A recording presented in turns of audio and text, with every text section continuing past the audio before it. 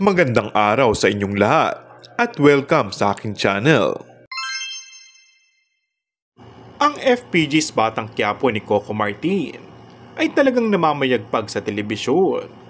Kaya talagang itinutodo nila ngayon ang mga susunod na episodes. Ang latest nga ay halos araw-araw na nagtitaping ang teleserye ni Coco Martin dahil nakatakda raw itong umalis patungong ibang bansa. Hindi lang kumpirmado kung saang bahagi ng Europa siya pupunta, ngunit sigurado na kasama nito si Julia Montes. Mukhang may pinaghahandaan kasi ang hari ng telebisyon sa future ng mga mahal niya sa buhay. Maganda dyan dahil talagang paspasan na paghahanda niya sa mga susunod na plano niya sa kanyang buhay. Strike while the iron is hot, ika nga ng aktor. Kaya abang-abang na lang tayo sa totoong teleserye ng buhay ni Coco Martin. Sa ngayon, ay maglalaan ng oras ito kasama ang pamilya, pati ang mga anak sa ibang bansa.